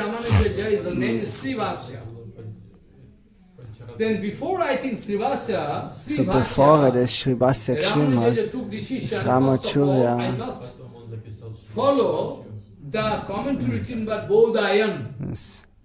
also er braucht aber das Kommentar von Bodhayan. So, das war aber nicht vorhanden. Wo ist es? So, es ist nicht auffindbar. Das ist irgendwo in Kashmir, die Mayavadis, die haben das versteckt. Weil wenn das jetzt rauskommt, wenn das aufgezeigt wird, die Schrift, nachher folgt niemand mehr der Mayavad-Philosophie. He is going to Sarada Peeth in Himalaya, near Badrinaran Ashram, down. There actually Sarada Peeth, they are taking rest, and they actually Ramanujacharya and Kuresh both. So Ramanuja Acharya und Koresh, die sind dann zu den Mayavadis gegangen in Jammu, in die Himalayas. Und die wollten die Schrift jetzt kriegen oder lesen, aber die haben sie nicht erlaubt. Sie haben gesagt, es ist nicht mit uns.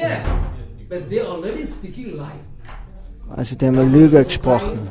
Und Ramanuja Acharya, der ist ganz betrübt. Oh, was kann ich machen, was kann ich machen? Und in der Nacht, in der Mitternacht kommt dann Nishingadev. und gibt es die Schrift in Ramanuja Acharya. Schau und schreib jetzt das Kommentar und verschwind von dort. Ansonsten töten wir dich.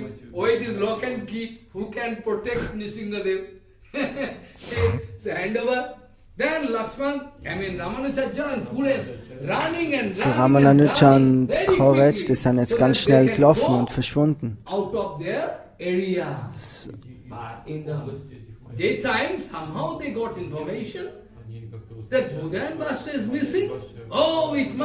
so haben die Schüler jetzt dann rausgefunden, dass die Schrift jetzt verschwunden ist. Und dann kommt der ganze Trupp, der läuft ihnen jetzt nach. Und die reißen ihnen das Buch aus der Hand.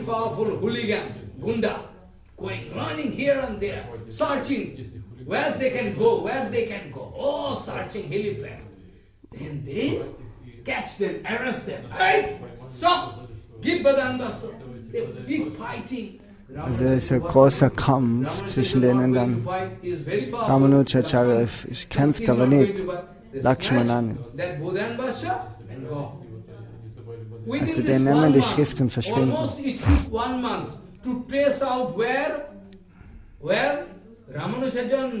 Stay. So, das hat einen Monat gebraucht, die zu finden in die Berge dort.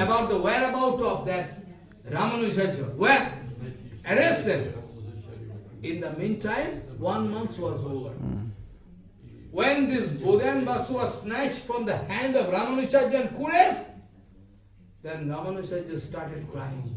Oh Supreme Lord, you bless me, you give blessing, you already give everything, but I am losing everything. What? So Ramanuja Acharya war ganz betrübt, er hat es jetzt verloren. Crying in front of Gurudev, Gurudev, don't cry.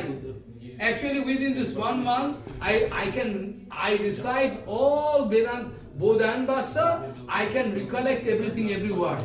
So, er sagt dann der Koresh, er hat das jetzt Tag und Nacht gelesen, das Buch in der Nacht, er kann alles erinnern. Er kann alles wieder so geben, wie es in der Schrift war. In 3-4 Tagen hat er alles aufgeschrieben. Und Ramanuja Acharya war so glücklich und das zeigt eben auf den Dienst zum Gurudev, wie man wirklich alles übernatürliche Kräfte kriegen kann. Also genau so, wie es dort geschrieben war, hat er alles wieder geben können.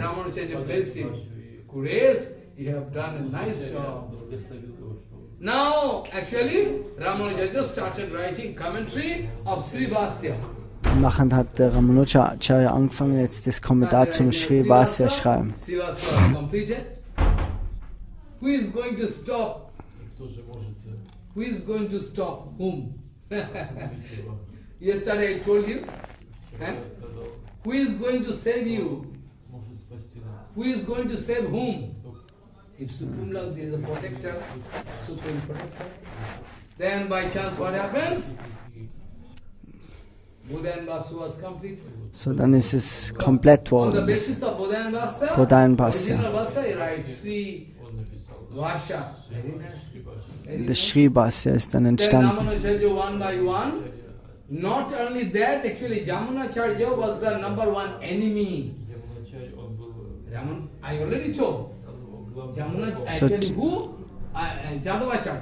Not Ramanuja, big Acharya. Jadava Acharya was the top most. So Jadava Acharya war der größte Feind von Ramanuja Acharya. Mother of Jadava Acharya is Aber die Mutter von Yadava Acharya, das ist Bhakti Mata. Die hat Bhakti, der streitet mit dem Sohn.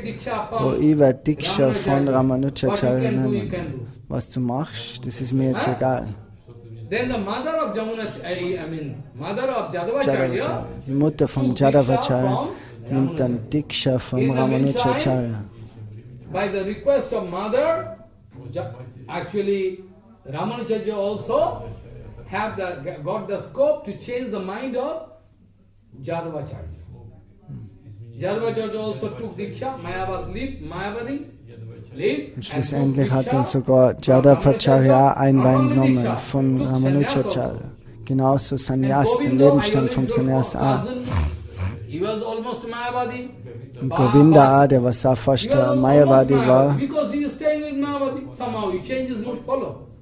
Govinda is very nice man, but he was with Mayavadi for a long time, so he changes mood. So now Ramanuja Acharya engaged Sri Purno, his maternal uncle, to change his mood. Then also Govinda coming in front of Ramanuja Acharya, and Govinda also took Diksha from Ramanuja Acharya. so wir haben jetzt alle Diksha und Sannyas angenommen von Ramanuja Acharya. Und Ramanuja Acharya hat auf ganz große Art und Weise gepredigt. Almost all Mayavadi they are going to cut. Mayavadi people, they are very afraid. Sometimes they are fighting with somebody. Sometimes they are going to do some sabotage, you know, giving, fire to destroy your books and this, that. They are doing sabotage. What to do? They cannot come in front of Ramanuja, so powerful Acharya. This way Ramanuja. So, und dann versuchen eben viele Ramanuja Acharya jetzt gegen ihn zu gehen, weil er so erfolgreich ist. Und sie versuchen gewisse Schriften anzuzünden oder das Wissen auszulöschen. So, was ist jetzt Vashishta Advaita, die Philosophie von Ramanuja Acharya?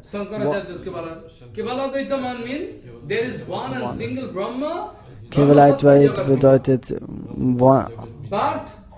absolutes. Und alles ist eins. Das ist Shankaracharya. Aber Vashishta, also der Stimmung ist, die folgen Lakshmi-Narayan schlussendlich. So, die gehen nicht höher als wie Lakshmi-Narayan.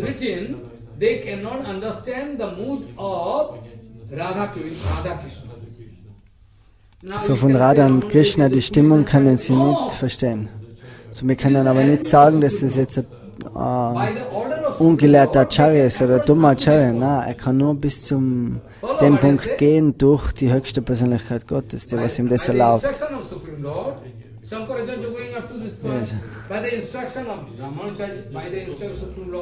So, die kommen alle zum gewissen Punkt, wie es ihm der höchste Herr erlaubt. Sie wissen über die höchste Verehrung Bescheid. Ramanuja fixed up this target that Lakshminarayan is talking. So with Pancharatik Vidhan you will have to achieve everything. You can serve Supreme Lord and you can come out successful Bhakti. Also durch das Pancharatrik-System kannst du erfolgreich Bhakti kriegen. Das ist das, was Ramanuja Acharya lehrt. Und er hat so viele Anweisungen gegeben, Ramanuja Acharya. Ramanuja Acharya, der sagt, ohne die Zuflucht an einen reinen Devotee kannst du nicht dich selber retten. Und Ramanuja Acharya, der sagt, dass es gut ist, den Körper zu verlassen, als wie mit materiellen Leuten zu leben. You know? What Rupa Goswami was writing? Baram huta baho panjarantara vyavasthiti. It is good. If all around fire is there, I am captive. Captive means I am inside that prison, that prison. And all around fire is also good. But still I cannot mix with material people. So, es ist besser, Rupa Goswami sagt, von Feuer umgeben zu sein, als wie von materiellen Leuten. In the name of bhajan and prachar, they are collecting.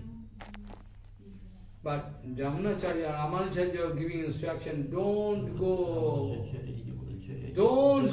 for the association, don't go.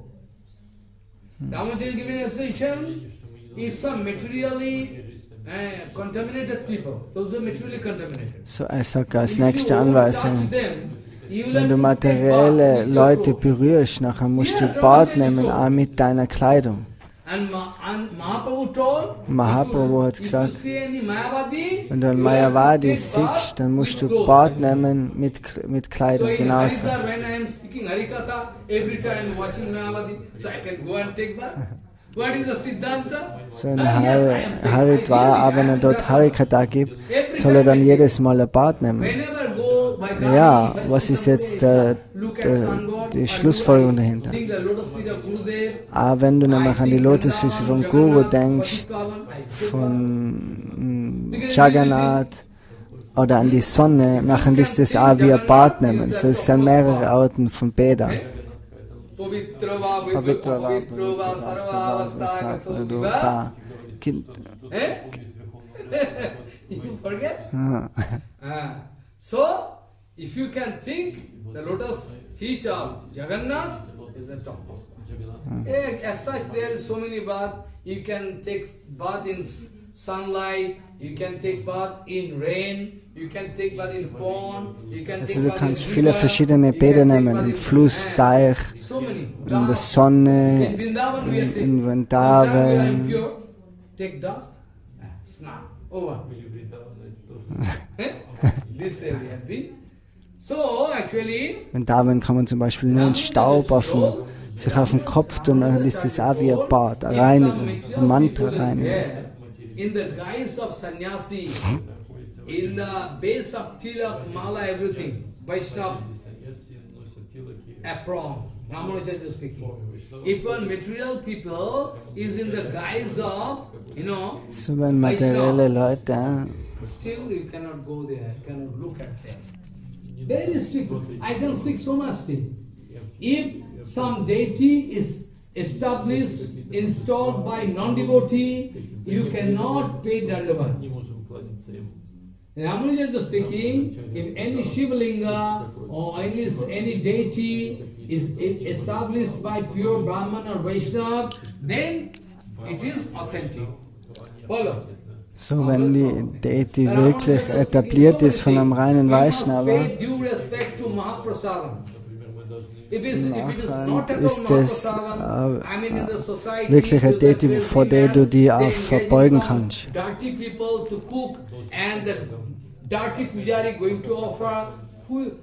Und genau das Gleiche ist mit Prasadam. Prasada seva hoite, prasada seva karite hoy, sakal prapancha joy. It is written, if I take a pinch of Mahaprasadam, I can conquer this world, cut Maya. Whereas so much prasadam I am taking no cup, still Maya bondage. So nobody going to give this scientific definition. Our previous Acharya, I mean our Acharya Prabhupada Bhaktivinoda Thakur, my Guru Maharaj, Siddhar Goswami used to speak, hey, don't send everybody and each and everybody inside the temple. Deity temple, don't send. So Srila Prabhupada und alle, die haben auch gesagt, es ist nicht jeder erlaubt im Tempel und in der Küche, sondern nur die, was wirklich rein sein und ein hohes Bewusstsein haben, die können kochen und die können im Tempel sein.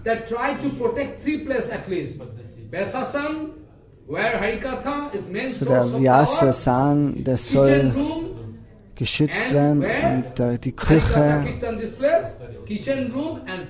und Pujari-Raum. So die drei Räume. Because if you have failure to protect, then all danger can come for you all. Danger can come in your life. How? Because one contamination can change your life.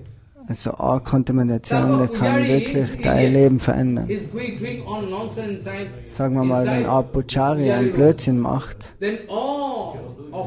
und alle Vergehen, die berühren all die Leute im Tempel. Guru Maharaj hat so gesprochen. Still, I am doing archan every day. So I could realize from then I am very alert. One day Guru Maharaj said, I am doing archan. That's why he was saved. He is sitting in room, in bed. He is saying, they are doing archan? I am doing archan every day. All temple. From then I alert. So I learned. Acharya is so powerful. If there is any mistake done by any disciple, that can be make up by the Acharya. If Acharya is weak, who can? So any offense done in the kitchen room, So jedes Vergehen in der Küche, im Vichari-Raum, im Vyasa-Saal, das berührt alle, weil du in dem Tempel bist.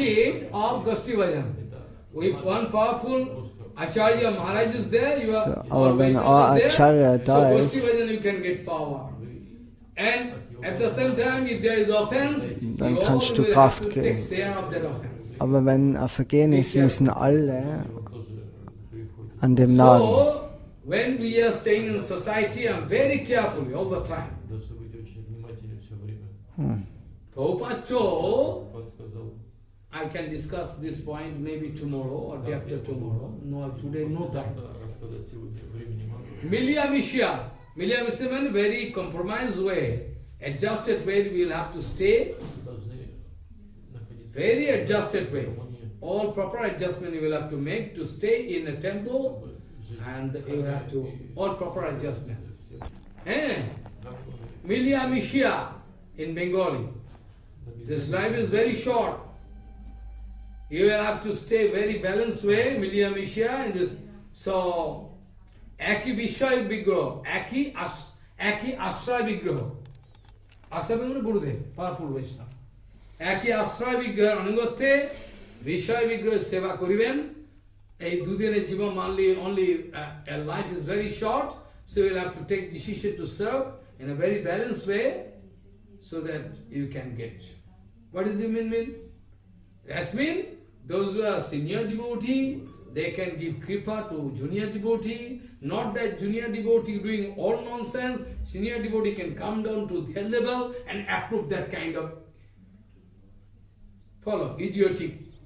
Not that. They misexplain. Maharaj no patience. Maharaj cannot be idiot, foolish. Who told you? Who told?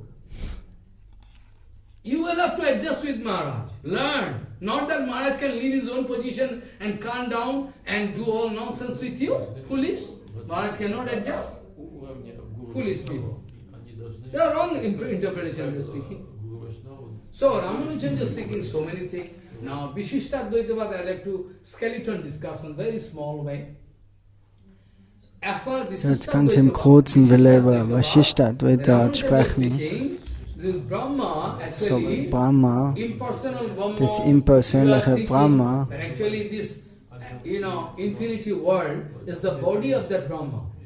also die Welt, das ist der Körper vom Brahma.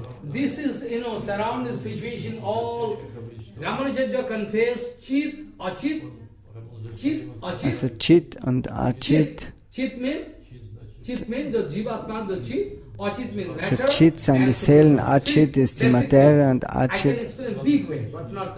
Also es hat jetzt keine Zeit, über das auszusprechen. Chit, Achit und die höchste Persönlichkeit.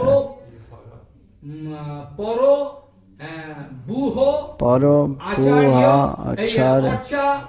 All five. Giving by. Five kind of manifestation of Supreme Law. Five kind of manifestation. I can discuss someday. Now, what is the basic, principle of Ramanuja Acharya? Ramanuja is speaking actually Chit, Achit, and Supreme Law. Brahma. So this material world is a specific, symptom of that Brahma. Follow what I say. Specific symptom of this Brahma. Otherwise, how we can understand?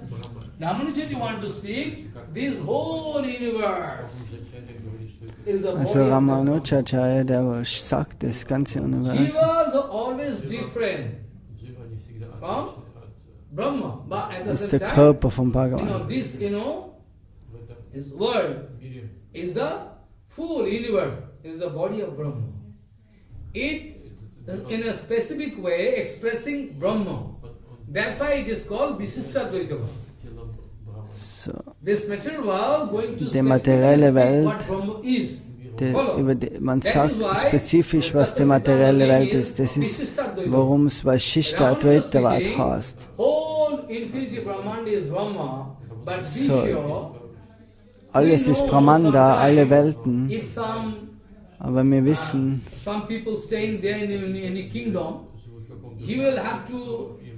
zum Beispiel Leute in einem Königreich, die müssen den Befehl folgen vom König. Ansonsten kriegen sie ein Punishment. Aber das ist nicht der Fall mit Brahma.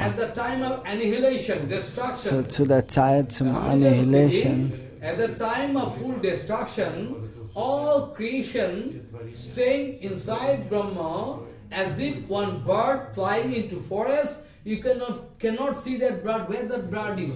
Also das ist wie so ein grüner Vogel, der was in den Wald fliegt oder ein Baum. Der Vogel ist zwar da, aber der verschmelzt dann mit dem Wald. Der ist versteckt, aber doch ist nur die Einheit da.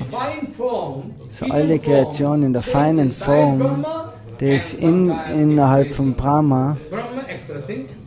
But for that, Brahma not going to suffer anything. Brahma is always pure. Manchmal zeigt sich dann Brahma zur Form. Aber Brahma ist immer rein und fleckenlos. Also er hat keine karmischen Folgen oder irgendwas.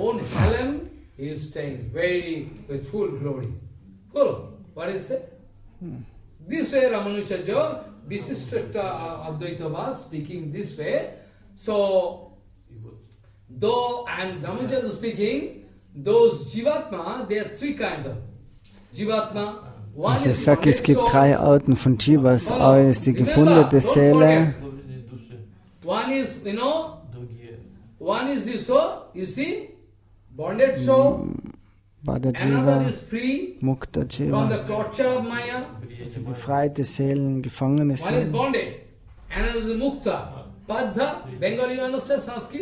Bada, Mukta und Parsha und wie die Gaura Geweihten. And also Paro, Bruho, Archa and another three I forget. Paro, Bruho, Vigraha. Vigraha, Paro, Buho, Archa means Vigraha, foolish. Another two, I speak by I forget. I can speak, no problem, never mind. And five form actually. Vaibhav, Paro, Buho, Archa, Vaibhav, and another I forget. I can also remember, no problem. This way, Krishna can express, Prabhu, Supreme Lord Brahma can express himself. Ramanuja speaking, that deity is not stone or wooden piece, is fully alive. Only the difference is that this Vigraha is going to give total anugraha. Vigraha going to give total anugraha on me and going to stand still to allow me to do seva. Also Ramanuja sagt, dass die Deity, das ist wirklich Krishna selber und der steht da, um im Dienst von uns anzunehmen.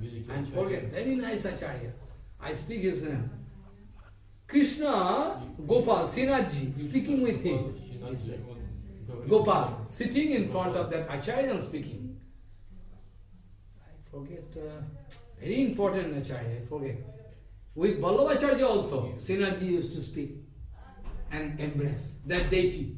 Yes, and in our Kalna you can go, there also, Gauridas Pandit, Ambika Kalna. So don't misunderstand. They are actually that Acharya talking with Supreme Lord, Gopal. So, es gibt viele Acharyas, die was sprechen mit den Deities. 6:30. And that Acharya running to do Arati. Gopal says, hey, come, I'm here. Where you are going to do Arati? What speciality there? I'm here. I am here sitting with you. You are running. he is speaking, you see, you are here, but that deity is more merciful than you. You can chide me, you can cheat me. So wirklich, da war Gopal war wirklich da und der hat aber gesagt, die Deity ist mehr barmherziger. Also ich mache zuerst Arati zu den Deities und nachher komme ich wieder zu dir. So das ist der Siddhanta. Writing so many books, Vashyab, Upanishad, Vedanta, Gita, so many writings, what to speak about Ramanuja Acharya, big Acharya. Also Ramanuja Acharya ist ganz ein großer Gelehrter, ganz ein großer Vaishnava. Also wir wollen heute einfach beten, dass wir wirklich Barmherzigkeit von ihm kriegen. Is on the basis of Ramanuja Acharya, published by Siddhartha. Very important. Very important. Anyway, today, yesterday, I told you about Madhvacharya Siddhanta, almost same with So Madhvacharya Siddhanta ist fast gleichzusetzen mit Gaudiya Siddhanta, Amnaya Braha Tattam Harim Tattvamukta. Veda Veda Sakalamopi Harihe Suddha Bhaktim Shraddha Pritimeva Harim Iti Gaurachando Swayam Sa Vancha Kalpatarva Sikipasendivasha. Actually, I forget the name of that devotee. His name is Tiruppan Allar. Tiruppan Alvar, who took birth in Chandal family. Still, he was respected by all Brahman and Vaishnava. This reference was given by Srila Ramanuja Acharya, Lakshman Deshik, to, Kanchipurna, And also I forget this thing, actually. The Supreme Lord can express himself in 5 different ways. Isha Tattva, Paratattva, Bhuhatattva, Vibhav Tattva, Antaryami and Archa. Archaman, which were worshipping, deity. So Paratattva, Bhuhatattva, Vibhav, Vibhav Tattva, Antaryami and Archavatar. This kind of 5 different way, Paratattva can express himself in this material world. And also, I was supposed to speak clearly about the reference Yadavacharya wanted to give in front of Lakshman Desi. That was totally wrong. It was the